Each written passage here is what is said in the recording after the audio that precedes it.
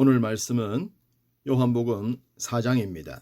하늘의 양식이라는 주제로 말씀을 전하겠습니다. 예수님은 니고데모와의 만남을 통해 거듭남의 비밀을 말씀해 주셨습니다.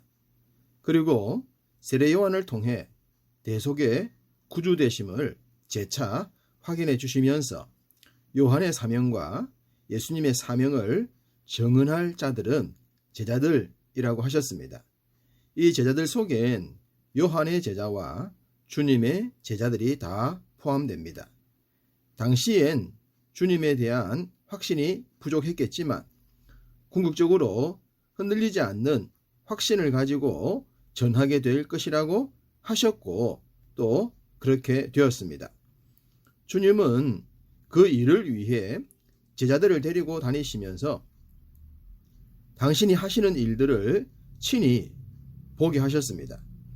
본문에서는 니고데모의 방문을 받으셨던 것과 반대로 친히 한 사람을 찾아 나서십니다. 3절과 4절 유대를 떠나사 다시 갈릴리로 가실새 사마리아를 통과하여야 하겠는지라. 유대인이 부정하게 여겼던 둘러다녔던 사마리아를 통과하시겠다고 하셨습니다. 이 모습은 당시 유대인들의 일반적인 모습과는 완전히 달랐습니다. 어쩌면 제자들도 왜? 라는 의문이 들었을 것입니다.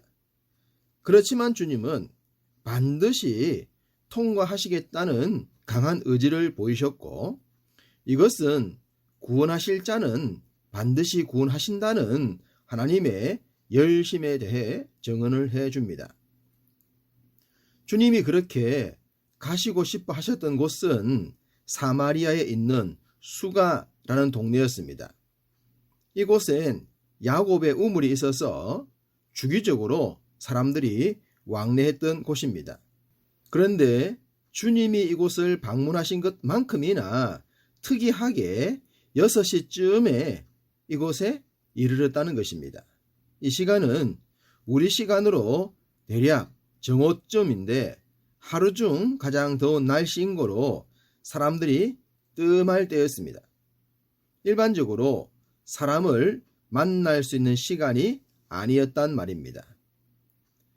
그런 그 시간에 한 사람이 등장합니다. 7절 사마리아 여자 한 사람이라고 했습니다. 말씀드렸듯이 사람들이 잘 왕래하지 않는 시간에 그것도 힘든 물을 길러 왔다면 이 여인에게도 숨은 문제가 있었다고 보여집니다. 주님은 그 여인을 향해 물을 좀 달라고 하셨습니다. 그러자 여인은 당신은 유대인으로서 어찌하여 사마리아 여자인 나에게 물을 달라 하나이까? 라고 했습니다. 그러면서 성경은 이는 유대인이 사마리아인과 상종하지 아니함이러라 라고 친절하게 설명을 해주고 있습니다. 당시의 시대적 상황으로 볼 때 유대인과 사마리아인 남자와 여자는 상종하기 쉽지 않은 관계였습니다. 소위 만날 수 있는 접촉점이 없었던 관계였는데 주님이 의도적으로 이 만남을 위해 이곳에 그 시간에 찾으셨던 것입니다.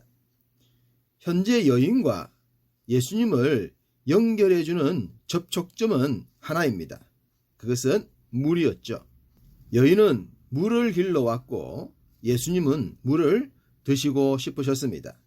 여인은 자기에게 물을 달라고 한 것을 이상한 일이라고 했는데 주님은 그 말을 들으시고 이런 말씀을 하셨습니다.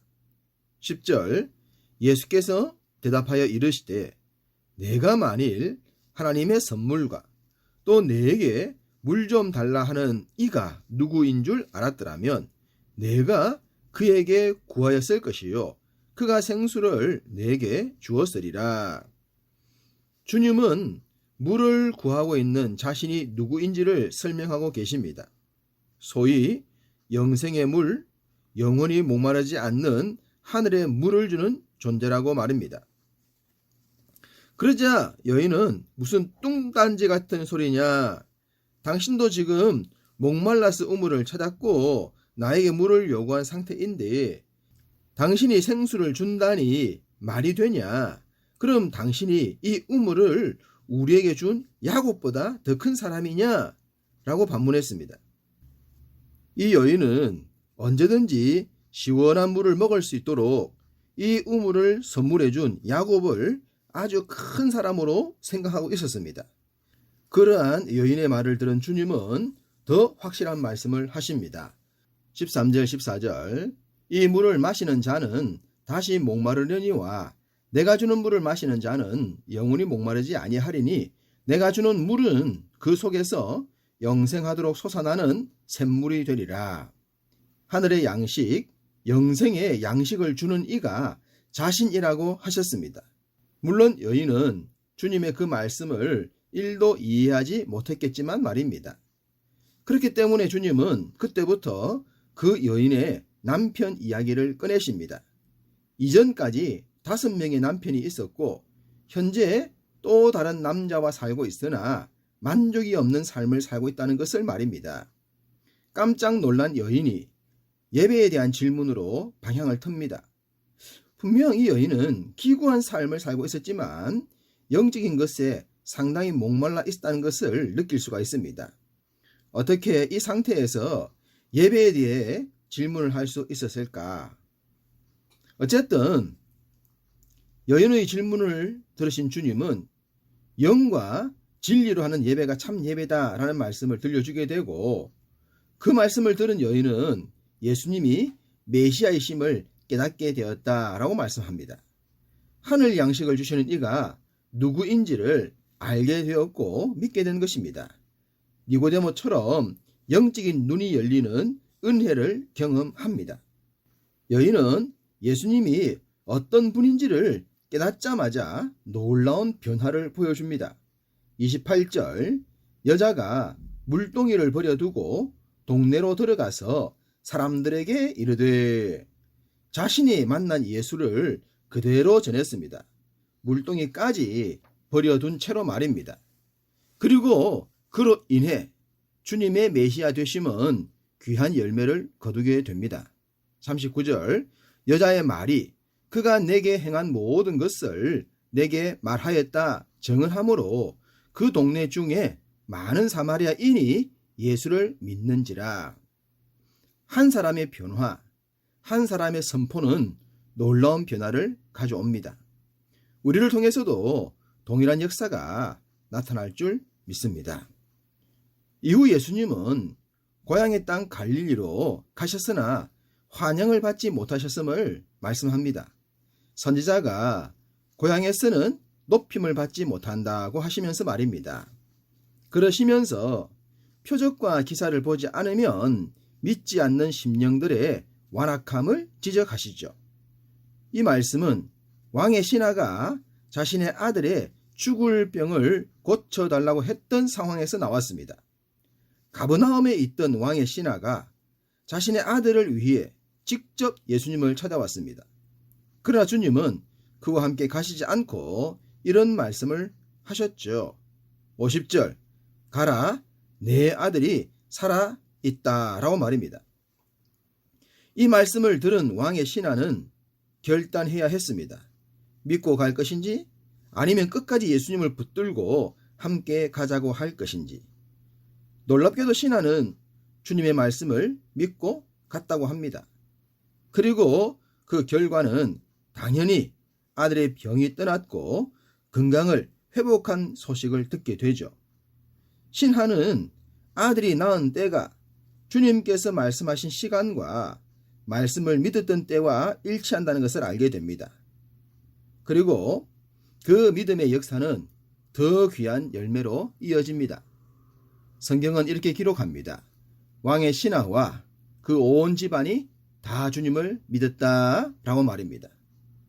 이 가정에도 하늘의 양식이 임했습니다.